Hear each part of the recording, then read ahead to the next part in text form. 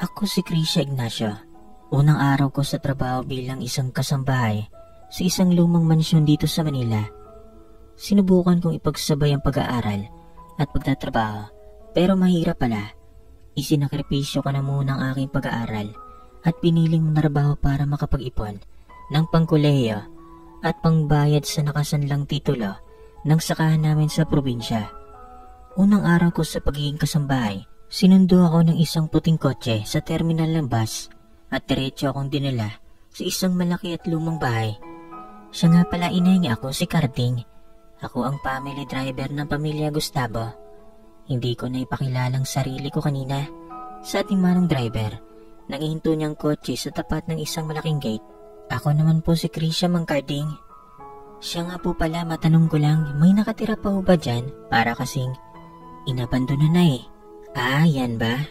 Luma lang yan kung sa labas ka husga. Pero masyadong maganda sa loob. Aakalain mong isa itong palasyo. Sagot ni Mang Carding. Inalalaya niya akong kunin ang aking mga gamit sa trunk ng kotse. Huminga ako ng malalim bago tuluyang pumasok sa loob. Isang matandang babae ang sumalubong sa akin. Mukhang mabait naman ito. Kaya agad ako nang ngumiti at nagpakilala. Ako nga po pala si Krisha. Isay na lang po ang itawag niyo sa akin. Ah, ako si Teresita. Tawagin mo na lang akong Nanay Tere. Saan ni Nanay Tere? Carding, dalhin mo na ang mga gamit ni Isay sa magiging kwarto niya. Utos ni Nanay Tere kay Mang Carding. Ikaw naman, Isay, sumunod ka sa akin. Opo. Naunang maglakad si Nanay Tere at saka naman ako sumunod sa kanya. May 6 na kwarto ang buong bahay. 2 master's bedroom, 2 guest room. Ang isa namang kwarto ay isang library. At ito ang tatandaan mo. Ang kwarto sa pangalawang palapag, kwarto ni Senyorito Ethan. At wag na wag kang papasok doon. Aniya, tuwing sasapit ang 3:00 ng hapon hanggang 6:00 ng gabi, wag lalabas ng kwarto. Ipinagbabawal yon. Ha? Bakit naman po? Usisa ko. Makinig ka na lang, sagot ni Nay Tere. Naku, pasensya na po. Huwag po kayong mag-alala, hindi ho ako magtatangkang pumasok doon. Mabuti kung ganon. Sa ngayon pumunta ka na muna sa magiging kwarto mo at magpahinga. Opo, sagot ko at saka tumalikod na para magtungo sa aking kwarto. Hindi pa man ako nakakahakbang, ay bigla na lamang akong nakarinig ng isang napakalakas na kalabog na animoy may nagtatapon ng mga babasaging bagay. Bigla akong napahinto at napalingon sa ikalawang palapag kung saan ko narinig ang ingay. Oh, ano pang tinatayo-tayo mo dyan? Tanong ni Nay Tere. Sorry po, alis na ako. Sagot ko. Nakita kong nagmamadaling umakyat si Nay Tere sa taas. Ano bang meron doon? Tanong ko sa sarili. Nakikurious ka na, no? Panggugulat ni Mang Carding. Grabe ka, Mang Carding. Aatakihin ako sa kabadal sa'yo. Sambit ko sabay hawak sa aking dibdib. Kung ako sa'yo, Ineng, hindi ko naaalamin kung anong nasa loob ng kwartong yan. Mag-focus ka na lang sa trabaho mo. Payo niya sa akin. Opo, hindi na ako makikialam. Sagot ko at saka tuluyan nang naglakad patungo sa magiging kwarto ko. Na makapasok ako sa loob ng silid, inayos ko na agad ang mga gamit ko. Pero bakit hanggang ngayon, nakikurious pa rin ako sa kung anong meron sa loob ng kwartong iyan. Sabi ni Nay Tere, kwarto daw yon ni Senyorito Ethan. Sino ba si Ethan? Tanong ko sa sarili. Hapon nang lumabas ako ng kwarto dahil nakatulog ako. Naglibot-libot ako sa sala. May nakita akong picture frame ng isang napakagwapong lalaki. Sino kaya to? Tanong ko sa sarili. Baka mabasag mo yan. Rinig kong sambit ng isang lalaki na nasa picture. Napalingon ako sa hagdan at nakita ko siyang pababa siya ng hagdan. Agad ko namang inilapag ang picture frame sa kinalalagyan nito. Hindi ba nasabi ni Nay Teresa yung bawal kang lumabas ng kwarto mo pag 3:00 ng hapon? Tanong nito. Sorry po. Bago pa lang kasi ako. Akala ko kasi pananakot lang yun ni Nay Tere. Paghingi ko ng pamanin rito, ayos lang yun. Sige na, bumalik ka na muna sa kwarto mo. Saad nung lalaki. Opo, sagot ko at saka tumalikod na at nagtungo sa direksyon patungong kwarto. Teka, tawag ng lalaki. Kalimutan mo nakita mo ako ngayon. Kalimutan mo kahit itsura ko, maliwanag. Opo sir, Tumakbo ako patungong kwarto. Bakit ba ang weird ng lalaking yon? Siya ba sa Ethan? Tanong na numuo sa aking isipan. Gabi nang makarinig ako ng katok sa kwarto. Isay! Sa boses na tumatawag sa pangalan ko, alam kong kay Naitere yon. Kaya agad ko itong binuksan. Naitere? Sambit ko pagkalabas ng pinto. Maghahaponan na. Nakahanda ng pagkain. Anya? Naitere? Naninindig ho ang balahibo ko. May lalaki akong nakita kanina. Pababa ng hagdan mula sa ikalawang palapag. Siya ho ba si... Hindi ko na naituloy ang aking sasabihin. Nang bigla na lamang siyang nagsalita. Kalimutan mo na yung kanina. Tuwing sasapit ang alas 3 ng hapon hanggang alas 6, huwag kang lalabas sa kwarto mo. Tandaan mo yan. Hindi ba sinabi ko na yan sa iyo kanina? May karapatan naman po siguro akong malaman kung bakit. Di pwede, hindi ba? Sino ba kasi ang lalaking yon? Tanong ko. Hindi na sumagot si Naitere. At saka na lamang ito tumalikod. Sumunod na lamang akong nakasimangot. Karapatan ko naman sigurong malaman ang mga nangyayari sa loob ng bahay na to, di ba? Bulong ko sa sarili habang naglalakad kasunod ni Naitere. Nagulat ako sa nakita ko, sapag, dahil sa may dalawang binata ang kumakain ng dinner. Ikaw ba si Isay? Tanong ng isang binatang lalaki. Ako nga po. Sagot ko sabay ngiti. Ako si Lloyd. Sagot niya sabay subo ng steak sa kanyang bibig na nakatusok pa sa tinidor at ngumiti ng nakakaloko. Habasit, saad ng isa pang lalaki, sabay taas niya ng glass na may red wine at saka ito niyarok. Agad naman ako nagtungo sa bakanting upuan at umupo. By the way, I'm Enrique, sambit ng lalaki na nagpaupo sa akin. Have you ever heard na walang nagtatagal na may tita? Tanong ni Sir Enrique. Curiosity kills the cat, sagot naman ni Senyorito Lloyd. Kung hindi ka curious, magtatagal ka dito. Pero kung curious ka sa mga bagay-bagay, take it at your own risk. Sabat naman ni Enrique. Mga sir, naguguluhan ako. Ano bang mga sinasabi niyo? Tanong ko sa kanilang dalawa. Nasabi na ba ni Manang sa'yo na bawal kang lumabas ng kwarto mo between 3 p.m. to 6 p.m.? Sagot ni Enrique at saka uminom ulit ng wine. Tumango na lamang ako bilang tugon. Hindi ka rin pwedeng pumasok sa room doon, sa left side sa second floor. Paalala pa nitong muli. Ha, bakit po? Tanong ko. Well, kung curious ka, alamin mo. At sana magtagal ka kung malaman mo. Sagot ni Lloyd. Matapos makapaghapunan, hindi ako makatulog. Hindi kasi ako mapakali. Sobra akong nakakurious sa mga bagay-bagay. Lalo na sa misteryosong kwarto na di pwedeng pasukan. At isa pa yung lalaki nakita ko kanina. Wala siya dun sa dalawang binatang kumakain kanina. Sino ba siya? Siya ba sa Ethan? Kinabukasan maaga akong nagising at naglinis ng library. Bukod sa pinagbabawal na kwarto, agaw pansin sa akin ang isang isolated room na may glass door sa loob ng library. Mukha itong opisina ng isang milyonaryong tao. Pumasok ako sa opisinang iyon. Di naman biniling bawal pumasok doon. Nang buksan ko para siyang function hall na sakto kahit 20 katao. Ano kayong nandito? Napakatago naman ng opisinang ito. Kanino kayang upis to? Isa pang pinto ang napansin ko. Binuksan ko ang isa pang pinto na nakita ko. Isang napakagarang opisina ang bumungad sa akin. Ang ganda naman ito. Sino mag-aakalang may ganito kagandang parte ng bayang mansyon na to? Lumabas ako ng library at nagtungo sa pinagbabawal na kwarto. Katabi lang kasi ito ng library. Bigla akong nakarinig ng mga mahinang tunog na animoy may isang taong nahihirapan sa loob. Okay lang kaya yung lalaking yon?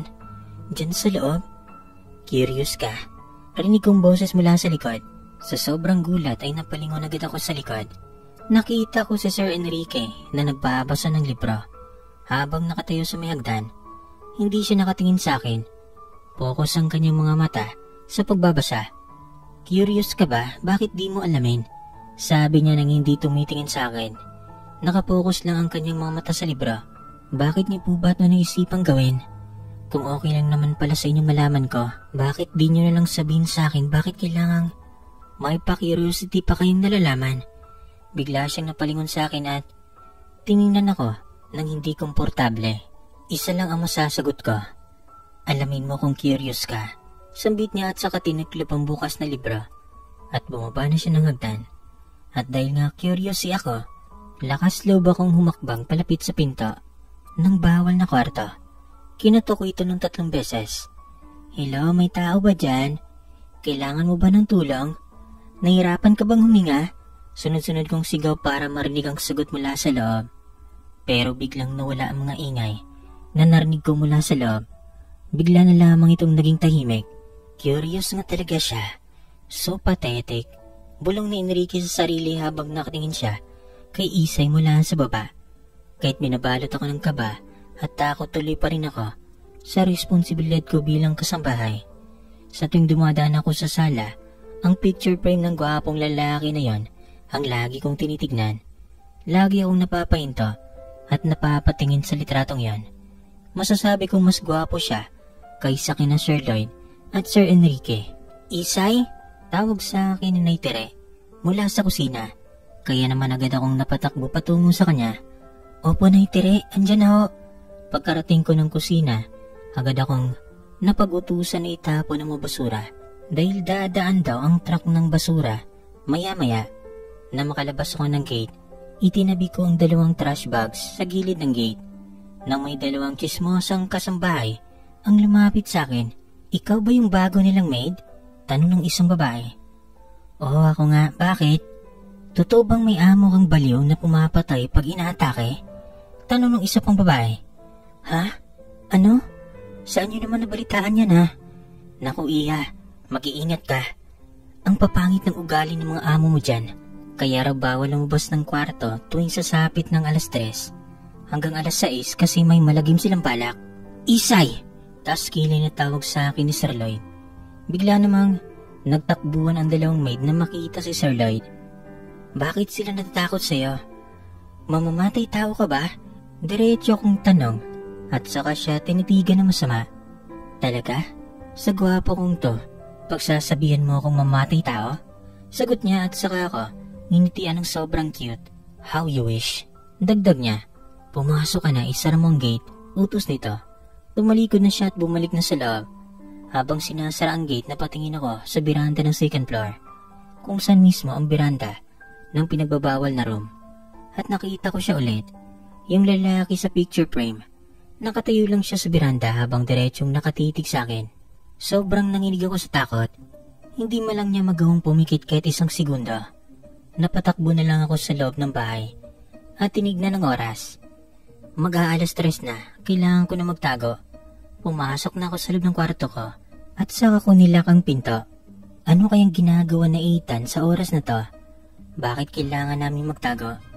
Bakit napaka-misteryoso niya naman? Binuksan ko ng konti ang pinto para sumilip, pero bigla akong nahimatay. Na nakatayo pala siya sa labas ng kwarto ko. Ang nakangisi niyang muka, ang agad kong nakita. Gwapo naman siya pero bigla na lang kasi naghalo ang kaba at takot ko. Nang magising ako, maayos naman akong nakahiga sa kama. Pero napasigaw ako sa lalaking nakatayo sa tabi ng kama ko. Pero wala siyang imik, na pinagmasdan lang ako hanggang sa huminto na din ako sa pagsigaw. Ako si Ethan. Pakilala niya at saka nakapamulsa siyang humarap sa akin. Bakit ka ba nananakot ha? Bakit? Natatakot ka ba sa akin? Tumingin na lang ako sa kanya at di na sumagot. Anong sinabi sa'yo ng 2 maid na yun kanina? Tanong niya. Ha? Bakit? Curious ka? Pamimilos po ko sa kanya. Tinatanong kita na maayos. Sagot naman niya. Hindi ako sumagot kaya umisi siya. Sinabi ba nilang isa akong mamamatay tao? Tanong niyang ikinatindig ng buhok kong balahibo. Tulong! Malakas kong sigaw. Sa tono ng pagsasalita niya, baka patayin niya ako. Tumayo ako mula sa pagkakahiga at tumakbo palabas ng kwarto. Kaso napigilan niya ako nang hawakan niyang baraso ko. Bakit ka ba sumisigaw ha? Bulyaw niya na mas ikinatakot ko pa. Sorry na po sir, hindi na ulit ako. Mamimilis po sa inyo.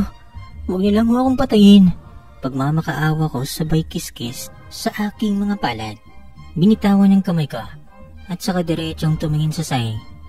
Kalimutan mo nang nakita mo ako ngayon. Gusto ko lang namang malaman kung anong pinapakalat nilang chismis patungkol sa akin. Aniya, lumabas siya ng kwarto ko at inilak niya ang pinto. Hindi ko gets yung lalaking yon, gwapo nga, May pagkakrong-krong naman. Sambit ko na makalabas na siya. Ano bang problema niya? Siguro siya yung bunso sa kanilang tatlo. Napaupo na lamang ako sa kama na makalabas siya. Maya-maya pa'y nakarinig na lamang ako ng isang napakagandang musika. Bagya akong binuksan ng pinto para silipin kung sino ang nagpapatugtog ng piano. Tanging side view lang ng kanyang muka ang aking nakikita. Ang matangos niyang ilong, ang mapula niyang labi, ang makinis niyang pisngi, ang pagkahawi ng kanyang buhok habang nakayuko itong naglalaro sa mga tiles ng piano. Tumigil ka nga sa pagtitig sa kanya, Isay. Saway ko sa aking sarili at saka ako umalis sa pagkakasilip. Pero gusto ko siyang pagmasdan. Literal na gwapo talaga siya, kaya ako sumilip ulit. Pagkasilip ko, nakita ko siyang nakatingin sa akin. Habang nakangiti pa ito. Huwag kang magtago lang dyan, lumabas ka, samahan mo ako. Sigaw niya. Naku, hindi na. Sagot ko at saka akmang isinara ang pinto. Magtatampo ako pag di ka lumabas. Anya habang nakayuko itong naglalaro ng mga nota sa piano. Kaya naman lumabas na lang ako ng kwarto habang nakayuko ang ulo. Upo ka. At sa kanya tinapik ang upuan katabi sa kanya. Hindi ka ba natatakot sa akin? First of all, bakit naman ako matatakot sa'yo? Ikaw kayang nagpapasweldo sa akin. Dapat lang naman siguro na maging magkasundo tayo, diba? Kasi nga amo kita. Sagot ko. Matabil kasi ang dila ko, parang kanina lang. Walang paglagyan ng takot ko. Halos nanginig pa ang buo kong katawan, pero ngayon, heto ako at nakaupo katabi niya. At nakikipag-usap pa. Hindi siya sumagot at saka nilaro ng kanyang mahabang daliri ang tiles ng piano. Napatingin ako sa kanyang mukha habang siya ay nakayuko. Panay ang kanyang ngiti habang nagpapiano. Ayos ka lang ba, Sir Ethan? Pwede bang ako naman yung magtanong at ikaw naman yung sumagot? Sige ba? Pero pag di ko nagustuhan ang tanong mo, pasensyahan tayo. Di ko sasagutin. Sige, deal ako doon. Sagot ko at saka umayos sa pagkakaupo. Tumayo ako at tumarap sa kanya. Nasa likod ako ng piano habang ipinatong ko ang aking muka sa taas ng piano. Hindi man lang siya tumingin. Nakayuko pa rin siya habang nagpapatugtog. Unang tanong, sad ko, bakit may kumakalat na chismis na mamamatay tao ka? Ngumiti ito at saka naman siya dahan-dahan na nag-angat ng ulo. Bakit nga? Ulit ko sa tanong nang biglang magtagpo ang aming mga mata. Siguro dahil sobrang gwapo ko. Kaya nagpapakalat sila ng mga bagay na ikakasama ko. La, masyadong gupong-gupo sa sarili ah. Pero sa bagay, gwapo mo naman talaga siya. Bulong ko sa isip. Ano ba namang klaseng sagot yan? Maktol ko rito. Sige, ito naman, bakit bawal pumasok sa kwarto mo? Sunod kong tanong sa kanya. Privacy ko yan. Ayokong mapapasok doon kasi kwarto ko yan. Kalat ko, syempre linis ko. Bigla akong napaisip. Mukha naman siyang matino pero bakit ganon? Nilalayo niya yung sarili niya sa iba. Gusto niya palaging nagtatago. Kuya mo ba sila Sir Enrique at Sir Lloyd? Sunod kong tanong at saka ko siya tinitigan. Kuya? Pag-uulit niya at bigla siyang napahinto sa pagpapiano niya. Kapatid ko silang dalawa pero hindi ko sila kuya. Sagot niya. Ha? Pwede ba yun? Tanong ko. Oo, pwedeng-pwede. Sagot niya. Mag-aalas 6 na, pumasok ka na sa loob. Akit na ako sa taas. Sagot niya at biglang isinara ang piano. Tumayo ito at tumalikod sa akin. Sandali lang. Sambit ko na nagpatigil sa kanyang humakbang. Ano yon? Tanong niya habang nakatalikod sa akin. Ang daya mo naman. Di mo pa sinasagot yung tanong ko. Bakit hindi mo sila kuya? Saan yung parte ako naging madaya? Sabi ko nga, pag di ko gusto yung tanong, di ko sasagutin. Di ba yun ang rules? Sagot niya. Nakapumulsa siyang umakyat sa taas, habang ako naman ay naiwang nakatayo katabi ng piano. Paano naman nangyaring hindi niya kuya? Ang dalawa kong magkakapatid naman pala sila. Unless kung siya mismo yung kuya. Bulong ng isip ko.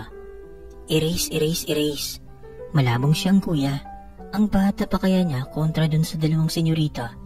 Sambit ko at saka inayos ang pagkakatakip sa piano. Habang tumatagal ako sa bahay na ito, hindi na ako masyadong nakakaramdam ng pagkabahala. Tuwing alas 3 akong hindi lumalabas, naririnig ko na lang ang mga musika mula sa piano Nasigurado akong si Senyorito Ethan ang may gawa. Sa tuwing naririnig ko ang musika, ay napapasilip ako ng bagya sa pinto at naaakit sa kanyang napakaamong muka. Grabe, nagpapantasya ata ako sa isang lalaki na sobrang weird. Bakit ba siya ganyan? Ulit-ulit kong tanong sa sarili sa tuwing pinagmamasdan ko siya mula sa pinto. Nagip niya akong nakatingin sa kanya, kaya napatayo ito at matipon nung naglakad patungo sa pinto. Masyado ka talagang curious sa akin, no? Ha? Bakit yun naman natanong yan, senyorita? Di ba nga ilang beses nang sinabi sa'yo ni Naitere na huwag kang lalabas sa ganitong oras? Tas kilay niyang sabi, umayos ako sa pagtayo at tinignan siya ng mabuti. Sabihin mo nga sa akin, senyorito Ethan, may dahilan ba para matakot ako sa'yo? Ngumiti na lamang ito habang nakatingin sa akin. Kung ganun, hindi ka takot sa akin? Hindi, kahit konti. Pero except nung unang beses, ikaw naman kasi tinakot mo ako eh. Nakapamulsa itong umalis at naglakad patungo sa grand piano. Isinara niya ito at saka umakyat ito sa taas patungo sa kanyang kwarto. Crush ko na ata siya. Sad ko sa sarili habang nakangiting lumabas ng kwarto. Isang araw, maaga akong nagising. Nagulat ako sa aking nadatnan sa dining area. 3 lalaki na masayang nagbe-breakfast. Kumpleto ata silang 3 sa araw na ito. For the first time nakita ko si Senyorito Ethan sa dining area. Nag-aagahan kasama ang mga kapatid niya. Isay, have a seat and join us. Sad na Ethan nang maibaba ang dyaryo na kanyang binabasa. Ako po? Tanong ko sabay turo sa sarili ko at lumingon-lingon pa ako sa likod. May ibang Isay pa ba tayong kasama dito? Tanong ni Senyorito Lloyd. Kaya agad naman akong napaupo sa tabi ni Sir Lloyd. Congratulations. Sad na Ethan. Ha? Congratulations po saan? Tanong ko. You passed the curiosity test. Hindi ka nagtago sa loob. Instead, you reach out to me kahit bawal kang lumabas. Test? Anong test po ba yan? Marami kasing maid ang nag-a-apply dito kaso hindi sila nagtatagal. Kasi lahat sila takot makilala ako. Kaya bilib ako sa fighting spirit mong harapin ako. Ha? Yun lang? So kung ganun, ni isa ba sa kanila, hindi nila nakita mukha mo? Tanong ko. Wala. Walang nagtatangkang makita mukha niya. Kasi akala nila, isang serial killer sa Ethan. Pero without their knowing, gwapo pala. Sagot ni Enrique habang kinakagat ang hotdog na nakatusok sa kanyang tinidor. Maraming gwapo na serial killer sa panahon ngayon, Sir Enrique. Sagot ko at saka siya, tinaasan ng kilay. O siya, finish your breakfast tapos magbihis ka, sasama ka sa akin. Sad Nathan. Ha? Saan tayo pupunta, sir? Finish your food. Maghihintay ako sa labas.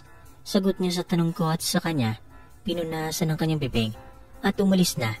Nagtungo ako sa kusina upang maghugas ng pinggan na pinagkainan namin.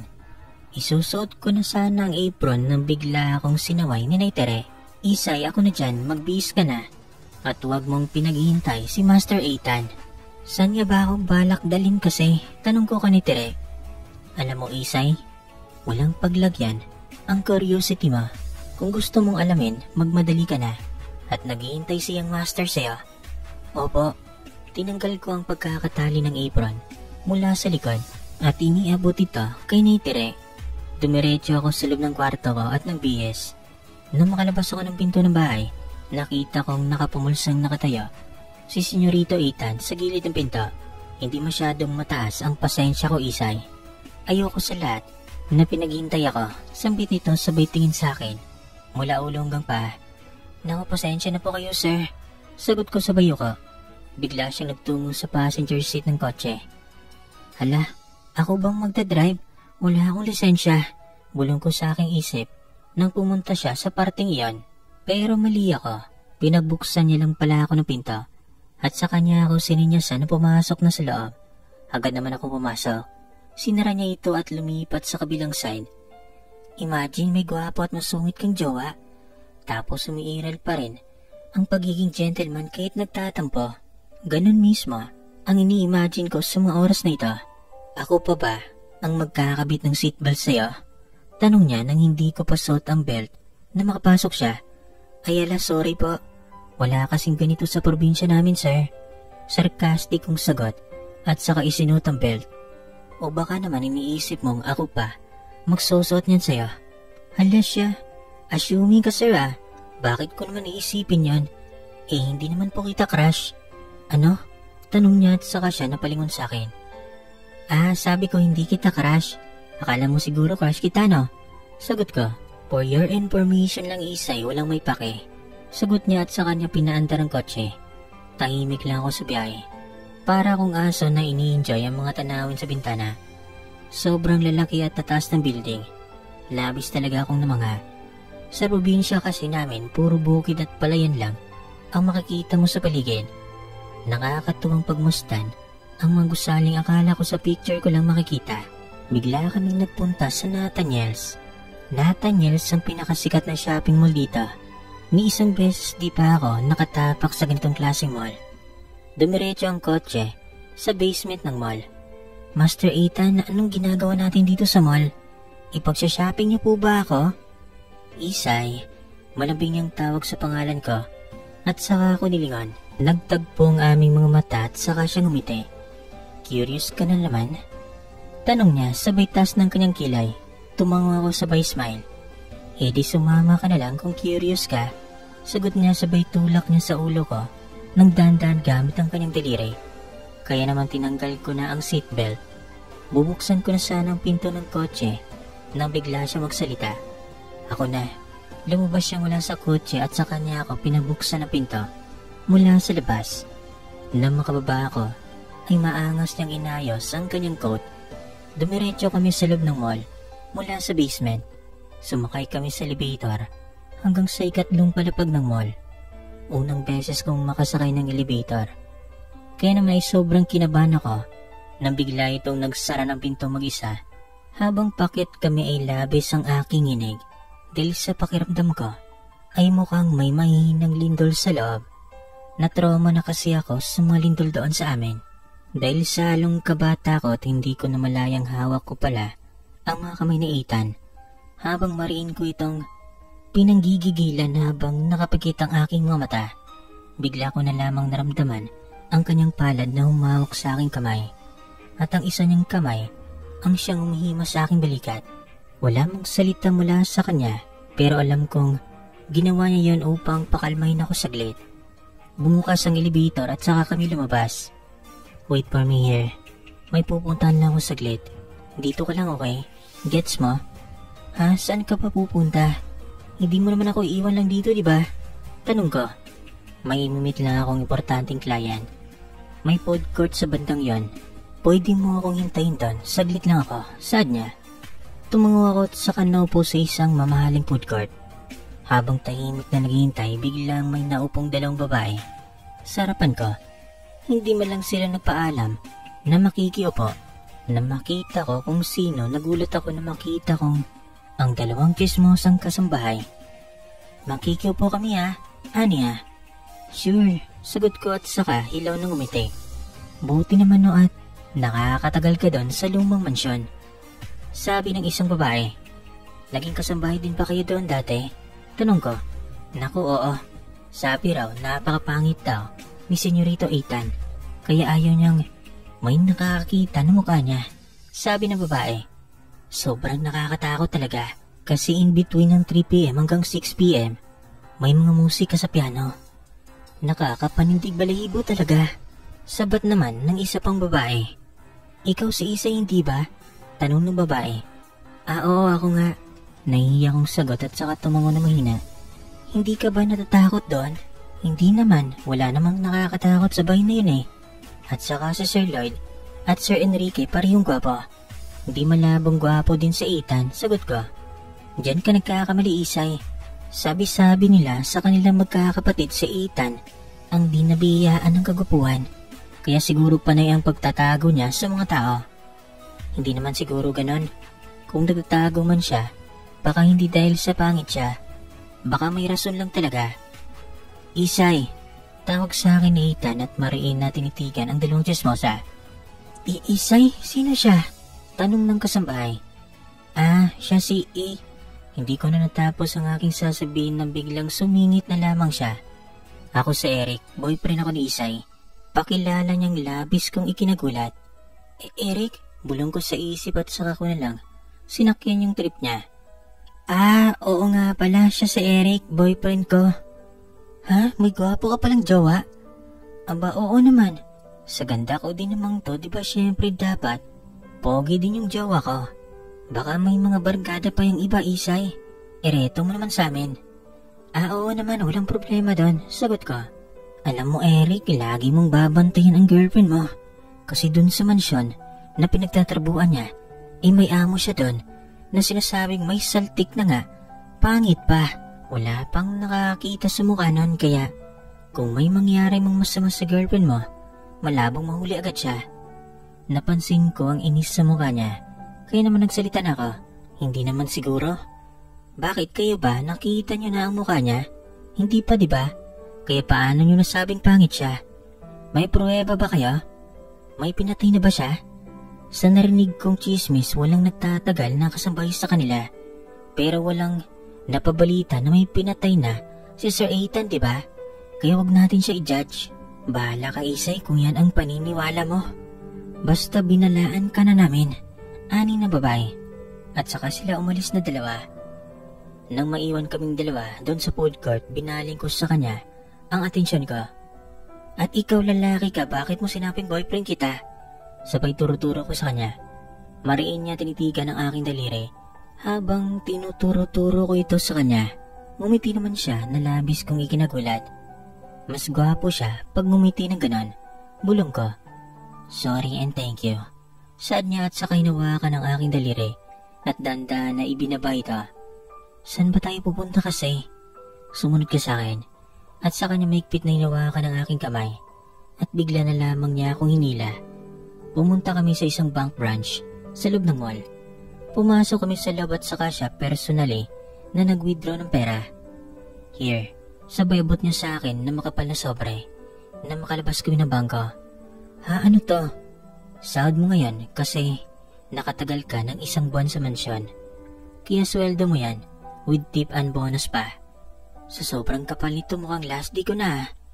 Baka kasali na dito, pati 3rd month pay at saka separation pay ko. Loka-loka ka talaga. Sabi ko sweldo mo yan sa 1 buwan na nagtrabaho ka sa mansyon. Pero ba't ang dami? Alam mo, hindi ko talaga alam kung anong nangyayari sa mundo. Pag maliit ang sweldo, panay ang reklamo. Pag tinaasa naman, reklamo pa din. Sorry na pero thank you. Uuwi na po ba tayo, sir? Tinignan niya ako. Magpapadala kasi sana ako ng pera sa mga magulang ko dun sa probinsya. Take your time, sagot niya habang nakatingin sa akin. Kaya naman ako dumiretso sa isang shop kung saan pwede akong magpadala ng pera. Nagtira lang ako ng panggastos at pang savings at pinadala ko na ang lahat. Habang busy ako sa pag-fill up ng send form, siya naman nakatayo lang sa labas at panay tingin sa kanyang relo at sumusulyap-sulyap pa sa akin. Sana nga boyfriend ko na lang talaga siya. Sambit ko sa sarili habang nagsusulat at palihim na tumitingin sa kanya. Makalipas ang ilang minuto ay nakuha ko na din ang resibo at lumabas na. Tara na po Sir Ethan, sambit ko. Mag-lunch muna tayo. Sambit niya. Kinuha niya ang kanyang cellphone mula sa bulsa ng kanyang coat at nag-order ng food over the phone habang hila-hila niya ang aking kamay patungong elevator. Pinindot niya ang pang-5 palapag at patuloy sa pakipag-uusap lang sa phone. Pero hindi niya talaga binitawan ang paghawak sa aking kamay. Ako naman ay pumikit dahil nanginginig talaga ako. Nagulat ako nang nagbukas ang pinto. Sa itsura ng palapag ay hindi na ata ito parte ng mall. Tahimik at walang mga taong nagsishopping doon. Patuloy niya akong hinila. Ibinalik na din niya ang phone sa kanyang bulsa. Itinulak niya ang isang pinto at saka hinarang ang sarili para magbukas lang ang pinto. Na makapasok ako ay pumasok din siya at isinara ang pinto. Umupo ako sa isang sopa at binasa ang pangalan na nakaimprinta sa isang mahabang babasaging bagay. Nathaniel Enrique Ford Gustavo, CEO. Basa ko sa nakasulat dito sa aking isip. Nagtungo siya sa upuan na may gulong doon, harap ng mesa, at sa kanyang hinubad ang kanyang coat at isinabit sa upuan. Nathaniel Ethan, yun ba ang full name mo? Yun nga, bakit? Tanong niya. Bakit Nathaniel Enrique Paul Gustavo yung nasa mesa? Opisina ni Enrique to. Siya ang Chief Executive Officer ng Nathaniel Shopping Mall. Sagot niya. Ano? Talaga ba? Teka nga, hindi nga. Di naman masyadong kalakihan yung bahay niyo eh. Hindi ko talaga inakalang kayo pala yon. Si Nathaniel Lloyd naman, ang Chief Executive Officer ng Nathaniel's Hotel and Casino Resort. Talaga? Nakakasana all naman yon. Yung Nathaniel's Magazine, tanong ko. Part yan ng Nathaniel's Production and Entertainment. Hawak pa rin ni Enrique yan. Sagot niya. Hindi siya nakikialam ako. Ikaw, anong hawak mo? Wala, nasa bahay lang ako. Sagot niya. Oo nga naman. Di naman palalabas si Sir Ethan. Pero ano kaya yung rason niya? At nasa bahay lang siya palagi. Tapos hindi pa pwedeng pumasok sa loob ng kwarto niya. Bakit kaya? Mukhang malalim na naman iniisip mo. Curious ka na naman ba? At bakit wala akong tinitake in charge? Tumango ako bilang sagot. Busy kasi ako. Alam mo, napaka-misteryoso mong tao. Tao ka ba? Tumingin siya sa akin at kumite. Anong akala mo sa akin, robot? Ilang minuto pa ay may isang lalaki na naghatid ng pagkain sa loob ng opisina. Kumain na muna tayo. Anya? Tahimik kaming kumakain sa mesa. Dalawa lang kaming kumakain na mga in-order niyang sobrang dami. Maya-maya ay umalis na kami ng opisina at saka namin nilibot ang buong mall na animoy. Nag-window shopping lang. Habang nasa biyahe kami pauwi, ay hindi talaga matahimik ang aking utak. Ang dami kasi akong gustong itanong. Ano bang kinabibisiyan mo, senyorita? Tanong ko. Huwag puro tanong, ayoko ng palatanong na tao. Sagot niya at saka focus na. Nagmanayo. Oo na, sorry na po. Malalim ng gabi at hindi ako makatulog.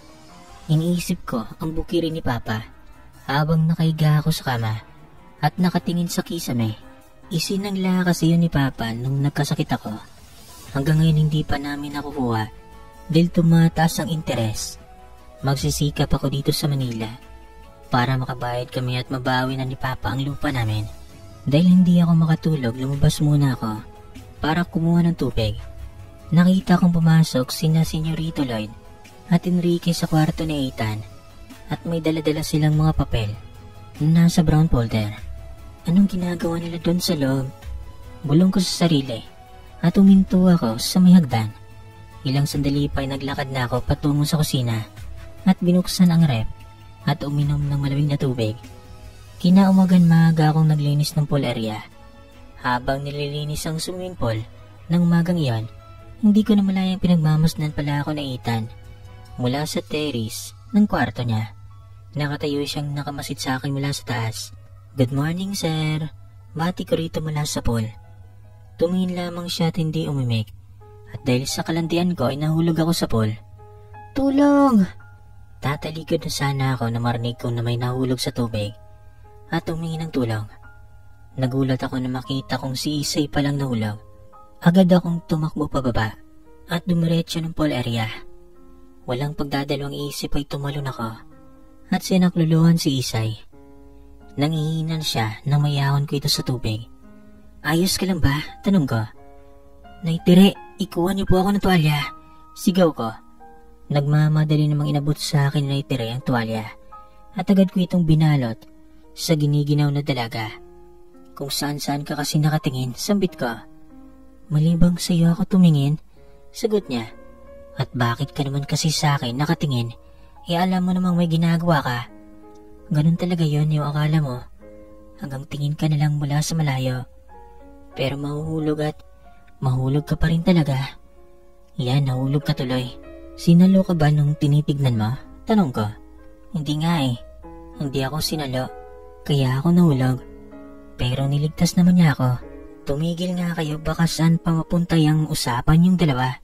Saway ni Enrique. Magbihis ka na doon at baka matuyuan ka pa. Utos ko. Tumayo naman siya tumakbang papasok ng bahay. Nag-aalala ka ata ng malala. Shut up, Enrique. Sagot ko. Huwag mong pigilan. Sobrang obvious kaya na gusto mo siya. Ano bang pinagsasabi mo dyan, Enrique? Hindi ko siya gusto na. Hindi mo gusto, like mo lang. Shut up. Inis kong sabi at saka pumasok sa loob. Si Isay na Terry, tanong ko na makapasok ako sa loob. Nasa loob po ng kwarto niya, senyorito. Nagpapahinga. Mabuti kung ganon. Sagot ko at saka umakyat na ng kwarto.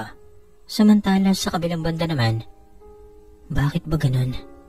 Yung pagiging assuming ko lumalala na. Noong una crush ko pa lang naman si Sir Ethan, pero habang tumatagal nagiging iba na yung impact sa akin. Gusto ko na kaya siya? Hindi naman siguro. Bakit ba kasi siya ganon? Makitungo. Nakarinig ako na may hinang katok sa pinto. Pasok, di nakalakyan. Sigaw ko habang nakupo ako sa kama at saka ko binalot ng kumot ang sarili. Pumasok sa Ethan at saka ngumiti. Kamusta ka na? Tanong niya. Ayos na ako. Pasensya ka na kanina kung ano-ano na lang nasabi ko kanina eh. Ayos lang. Pasok ka po. Sad ko nakasandal lang kasi siya sa pinto. Ngumiti siya ulit at saka pumasok. Isinara niya na ang pinto at tumakbang papalapit sa akin. Inilapit niya ang kanyang palad sa akin upang siguraduhin wala akong lagnat. Feel free to ask anything, Isay. Kung may kailangan ka. Opo, sir. This Sunday, gusto mo bang sumama sa akin? May 1 week akong business trip. Ha? Saan naman tayo pupunta, sir? Sa Agusan del Sur. Taga dyan po ako.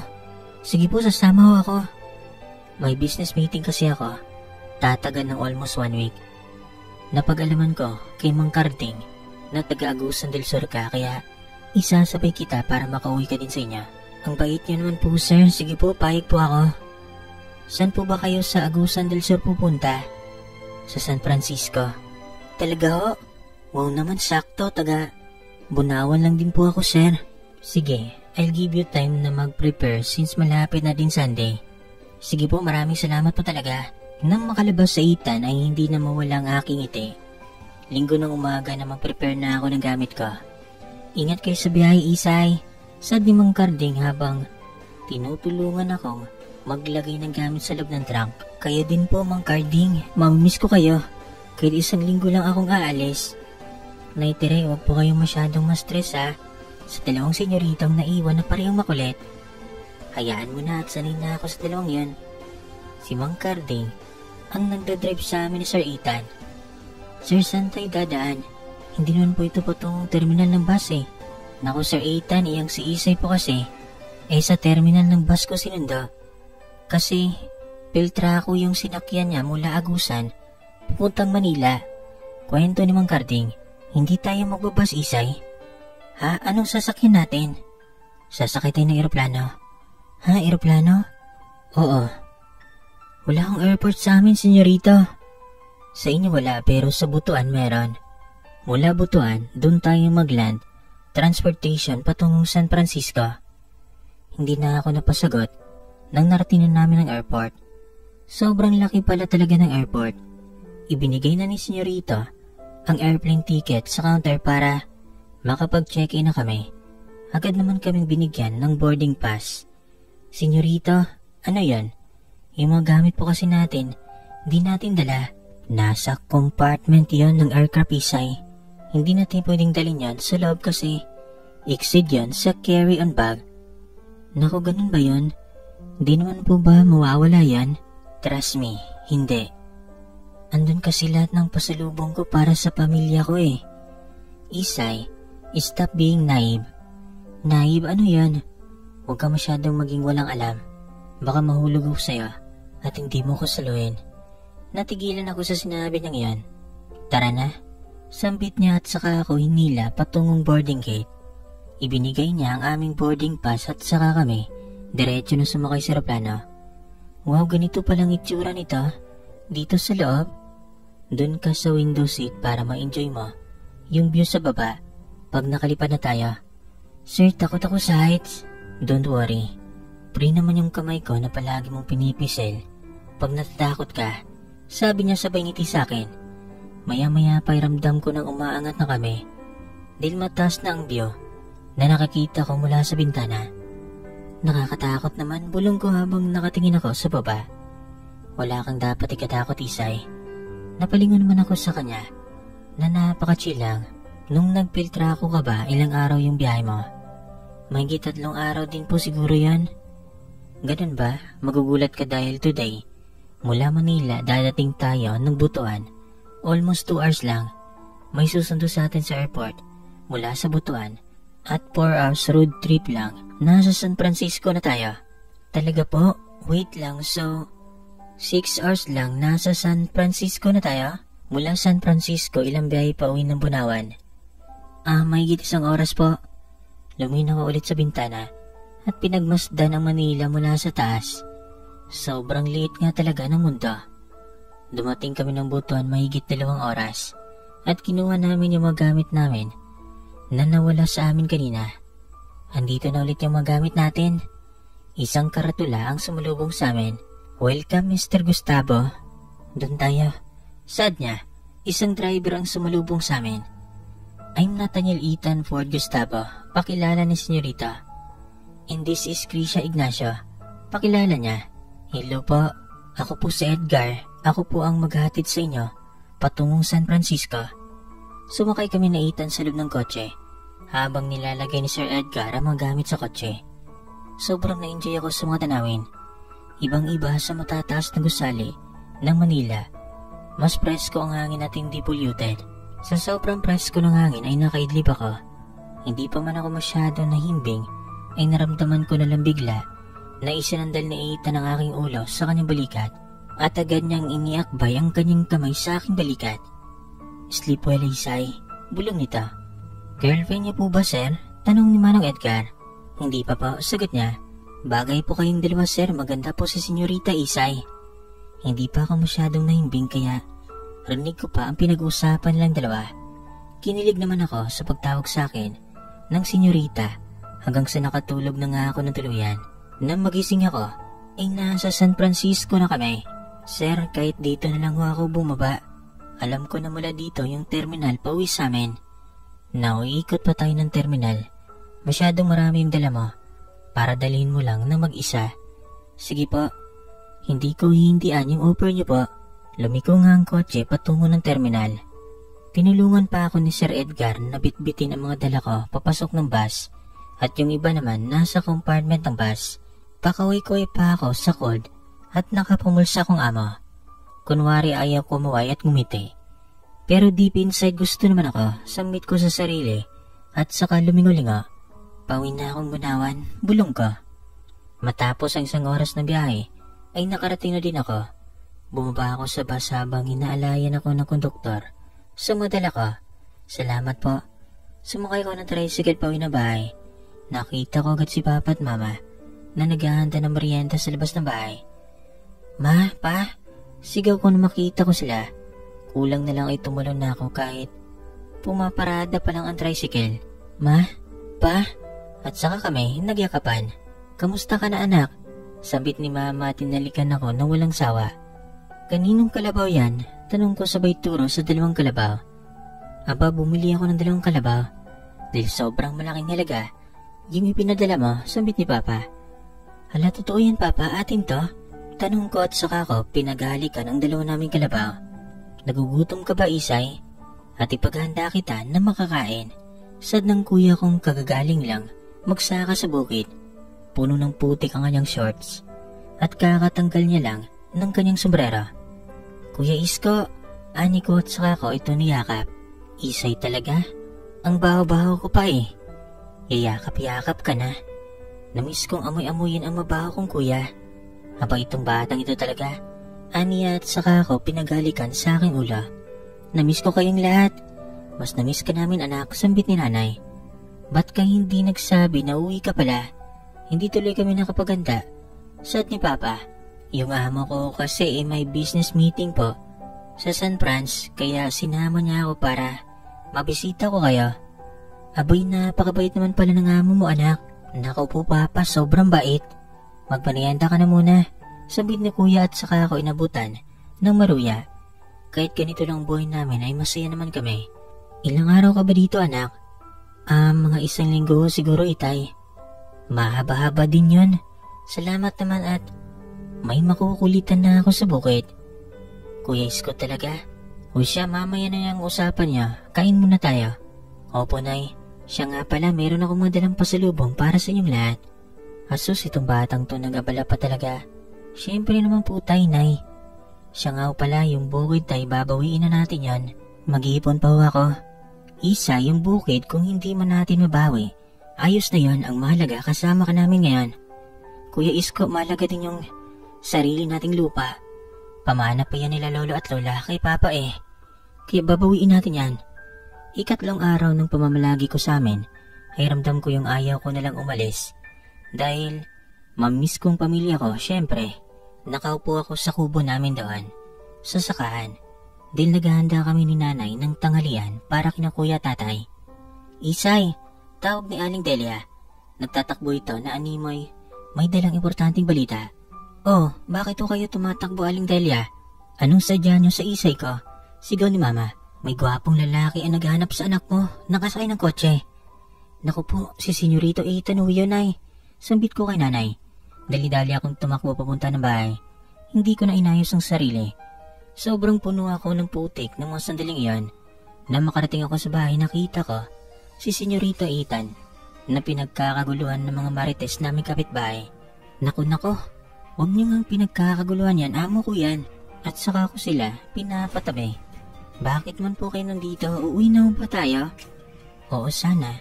Mabilis ko kasi na-process yung deal kaya babalik na sana tayo ng Manila. Ha? Ganun mo ba? Pero we can stay here. Lubos-lubosin natin. Magstay muna dito. Sigurado ka, sir? Baka di mo kayanin. Kaya ko. O siya, bahala ka. Nagtangalian ka na ba? Hindi pa nga eh. Tara dun sa bukid at naghahanda kami ni nanay ng tanghalian. Sinama ko sa Sir Ethan sa bukid at ipinakilala kay na mama at papa. Pati na din kay Kuya Isko. Naku iho, ito lang yung ulam namin. Kumakain ka ba nitong laing? Naku, oo naman po ma'am. Huwag mo na akong tawagin ma'am, masyadong nakakaya. Gwapo ang amo mo isa ya, hindi mo type? Kuya Isko, tumigil ka nga dyan. Bagyan ng mga ngumiti sa Ethan sa tukso ni Kuya. Ikaw ba sir, gusto mo isay namin? Tanong ni Kuya. Kuya, nakakaya ka. Hindi ko masasabing hindi. Sagot niya, iyon naman pala eh. Matapos magtanghalian ay nagayos kami ni nanay ng pinagkainan at si Ethan ay sinama nila Itay sa pagtatanim ng palay. Mukhang may pagtingin sa'yo yung boss mo Isay ah. Tingin mo na gusto niya ako? Abay bakit siya papayag na gawin ang ganyang trabaho kung wala siyang gustong patunayan sa'yo? Napalingon ako sa kanilang tatlo. Habang nagsasaka, natatawa na lang ako dahil natutumba sa Ethan sa putik. Sana nga totoong gusto niya ako. Bulong ko. May sinasabi ka nak? Wala po nay. Aba, mukhang in love ka rin ata sa boss mo ah. Mukhang ganun nga po nay. Dalaga na ang anak ko. Muli ay napatingin ako sa kanya. Sakto naman napalingon siya sa akin. Ngumiti siya sa akin at pinagpatuloy ang pagsasaka. Hapon na nang tumigil sila. Oh ito senyorito, magtubig ka muna. Sabay abot ko sa kanya na baso. Salamat Isay. Mahirap ba? Pwede ka namang tumanggi kung hindi kaya senyorito. Bakit ako tatanggi? Inapaalam na ako sa tatay at kuya mo. Naliligawan kita. Ano? Nililigawan mo na ako? Tumungo siya habang nakangiting nakarap sa akin. Pambihira. Gusto niya din pala ako. Hindi ko inakalang aabot sa ganito ang trip ni Ethan. Pagsira ni kuya sa usapan namin. Pasensya na, sagot ni Ethan. Nagpatuloy sa Ethan sa panliligaw sa akin. Naging mas sweet pa siya sa akin. At panay na ang kanyang ngiti sa akin. Alam niya talaga kung paano ako pakiligin eh. Minsan ay sumasakay ako sa kalabaw. Habang nagsasaka sila. Pagod ka na? Tanong ko. Makita lang kita sa tuwing lumilingon ako. Nagaganahan akong magtanim kaysa makaramdam ng pagod Isay. Asus, singit ni kuya. Pero hindi palaging ganoon kasaya dahil darating pa rin ang araw na matatapos ang sayang yon. Nag-impake na ako dahil bukas ng umaga ang balik namin ni Ethan sa Manila. Kinaumagahan ay isang madamdaming pagpapaalam na naman ang mangyayari. Naitay kuya, bibisita ho ulit ako dito. Mamimiss ko ulit kayo. Panatag naman ang loob ko dahil mahal ka ng amo mo eh, saad ni mama. Basta wag masyadong magtitiwala Isay anak ha. Opo tay. Isay, mag-iingat ka palagi ha. Oo naman kuya, ikaw nang bahala kina Itay at Inay ha. Huwag kang mag-alala Isay, makakaasa ka, sagot ni kuya. Ikaw, aalagaan mo palagi si Isay namin ha. Dagdag pa ni kuya. Huwag po kayong mag-alala, ako ang bahala kay Isay. Dumating na si Edgar kaya pinabuksan agad ako ni Ethan ng kotse. Ito yung reality kaya di na ako lumingon. Ayoko kasing makita na umiiyak sila at baka miyak pa ako. Manong diretso na ako tayo sa airport. Opo sir. Habang nasa labas ng bintanang tingin, bigla akong naramdaman ang mga kamay ni Ethan na dandahang umahawak sa aking mga kamay. Ayos lang yan, naghintay din sina Night Tere at Mang Carding sa bahay. Malulungkot din sila kung hindi ka napapasok. At mas magiging malungkot ako kung hindi ka sasama sa akin. Okay lang, ganito din ang nararamdaman ko noong unang alis ko at iwan sila. I'll take care of you, Isay. Napangiti na lamang ako at saka nasandal sa kanyang balikat. Isinandal din niya ang kanyang ulo sa aking ulo at saka ito hinalikan. I love you, Isay. I love you too, Ethan. Nang marating namin ang airport, ay diretso kami sa pag-check-in at diretsong nag-board. Si Mang Carding ang sumundo sa amin sa airport. Magkahawak kamay kaming nakita ni Mang Carding. Kayo na ho ba, sir? Tanong nito.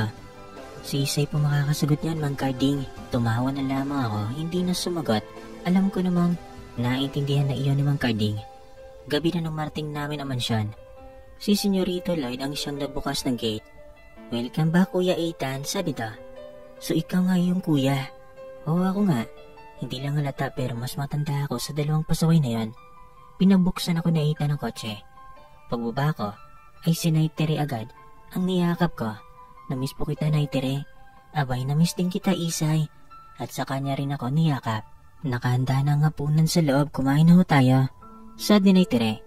Matapos ang masayang hapunan ay tinawag ko na Ethan. Matapos kong ugasan ang pinagkainan.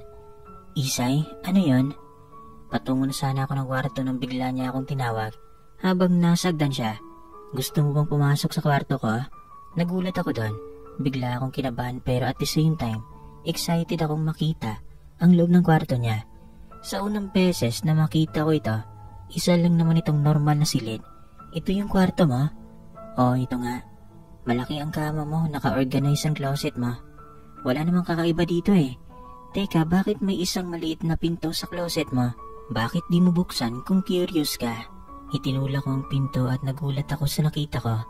Hala, teka, ito yung tagong opisina dun sa library ah. Ano? Pumasok ka na dito before? Kasi nga curious ako eh. Kasi naglilinis ako ng library nun. Hindi naman sinabi ni Tere na bawal pumasok doon. Anyway, opisina ko ito dito sa bahay. May opisina din ako sa outside this house. Kung si Enrique, CEO ng Nathaniel Shopping Mall and Nathaniel's Production and Entertainment at si Lloyd naman ang CEO ng Nathaniel's Hotel Casino and Resort. Yung sa'yo is yung Nathaniel's Mansion? Nakakatawa ka, anong gagawin ko sa mansion? Ano ako dito, CEO? Di kung hindi ikaw ang CEO ng ano? Sorry to disappoint you, Isay, pero hindi ako CEO kagaya ni na Enrique at Lloyd. Ay sus, okay lang yun, hindi naman importante sa akin yun eh. Ang malaga, mahal kita. Mahal mo ko. May gusto akong malaman ka. Ano naman yun? Maaga kaming naulila sa mga magulang namin. Kaya bilang ako yung kuya, ako ang naatasan na mag-alaga ng mga kapatid ko. Ang gandang pamana nun mula sa parents mo. Ibig sabihin nun, pinagkakatiwalaan ka nilang mamahalin mo sila. Ganun nga siguro. Bukas Isay may meeting kami sa opisina. Sasama ka sa akin, pwede ba? Oo naman, syempre, suportado kita eh. Pero bakit kailangan kasama ako? Syempre, bilang moral and physical support, pwede ba? Magaling ka naman, Ethan eh. Pero mas may igagaling pa ako pag nasa tabi lang kita. We, talaga ba? I love you, Isay. At sa kanya hinawakan ang aking mga kamay. At hinalikan ito. I love you to, Ethan. At bigla lang niya akong niyakap na maigpit. Kinabukasan 8 AM maagang nagsialisan ang tatlong senyorita. Suot ang kani-kanilang mga special double-chested na may black suits. Suot ko naman ang isang white dress na bili sa akin ni Enrique. Suot din ang isang white crystal sandals na bili ni Lloyd para sa akin. Regalo daw nila yon bilang ako ang girlfriend ng kuya nila. Sakay ako sa kotse ni Ethan. Diretso kaming tatlo sa Nathaniel's Group Incorporation. Ewan ko ba pero si Enrique at Lloyd ay parehong patungo sa conference room habang sa Ethan ay iba ang tinatahak na daan. Pumasok kami sa isang VIP office ng building na yan. Oh, ba't nakatalikod yung nameplate mo sa desk? Surprise kasi yan. Ang dami mong mga pa-suspense. Siyempre, gusto kong maging mysterious. Misteryoso ka na simula pa nung una. Nakikita mo ba yung importanteng document sa table kaharap mo? Yan yung business deal na nilakad ko doon sa Agsor last time. Yan ba ang pagmimitingan nyo ngayon? Tanong ko. Tumayo ako at lumapit kay Ethan. Inayos ko ang kanyang necktie. No, mas importante pa yan kaysa business. Ano ba yan? You will know later. Pwede ba akong yumakap sa'yo, Isay? Palis ka ba lang? Oo naman. Niyakap ako ni Ethan at makailang ulit na hinalikan ang akin Hinalikan niya ako sa labi. Lumabas kami ng opisina at sa kanya ako isinamang pumasok sa conference room. Nagulat ako dahil lahat ng tao sa loob ay nagsitayuan nang siya na ang pumasok. Umupo siya between Enrique at Lloyd. Ako naman nakatayo sa gilid niya habang hawak niya ang aking kamay. Isang spokesperson ang nagsalita at inumpisahan ang meeting at nagulat ako sa pagpapakilala ng lalaking nagsasalita sa harap. Let's all have a round of applause to our dear chairman of the board, Chairman Nathaniel Ethan Ford Gustavo. Tumayo siya at saka pinalakpakan. Napakaseryoso niya lang sa harap. Yung tindig ng kanyang pagkakaupo at matangos na ilong kahit naka-side view. Nakakaaki talaga. Kaya pala hindi siya CEO dahil siya ang chairman ng Nathaniel's Group of Company. Anytime kung may gusto siyang sibakin sa pwesto, kaya niyang patalsikin anytime. Walang mapapatupad ng mga policies and projects kung hindi niya aprobado. Nang matapos ang meeting, nagsilabasan ng lahat. Naiwan kaming dalawa. Kanina ka pa nakatayo dyan sa gilid, bakit di ka umupo? Chairman ka pala? Nagulat ka ba? Sobrang nagulat talaga ako. Akala ko nga janitor ka lang dito Hindi ba halata? Asus, feel free to sit, Isay. Opisina ko din to. Di ikaw na. Tara, di ba nga may sorpresa pa ako sa'yo? Ano yon? Curious ka? Tukso niya. Alam mo namang grabe ako ma-curious, hindi ba? Kaya tara na. Pinagbuksan niya ako ng door at saka kami nagtungo sa opisina niya. Lumapit siya sa table niya at kinuha ang isang brown envelope at iniabot niya ito sa akin. Ano ba talaga to? Bakit di mo buksan?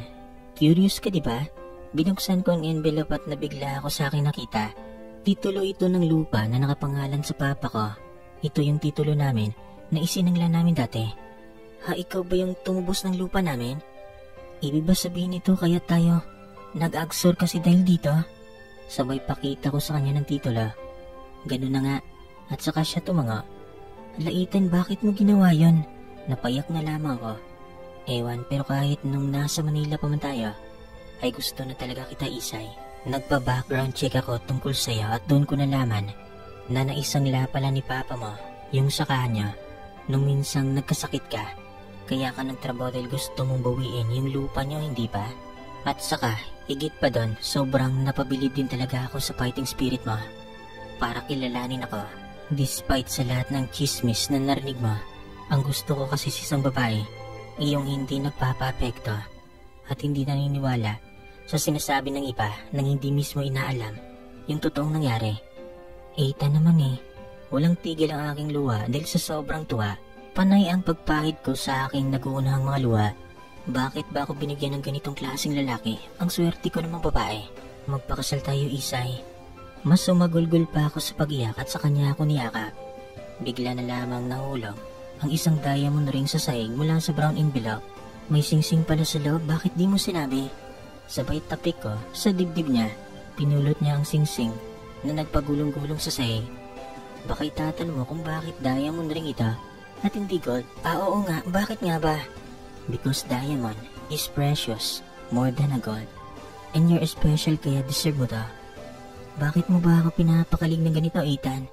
Hinalikan niya lamang ako sa labi at hindi nasumgot pa. Dahil mahal na mahal kita.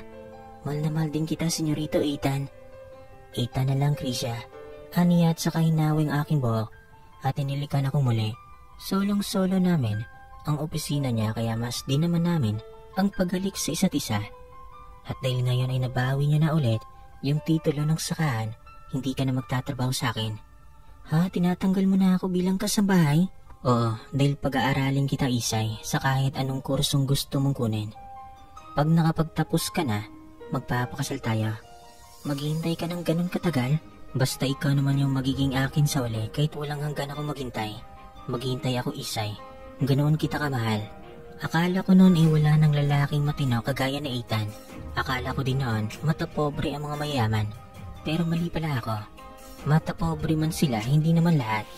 Tinupad ni Ethan ang kanyang pangako. Ini-enroll niya ako sa isang pinakasikat na university at kinuha ko ang pangarap kong kurso, ang pagiging flight attendant.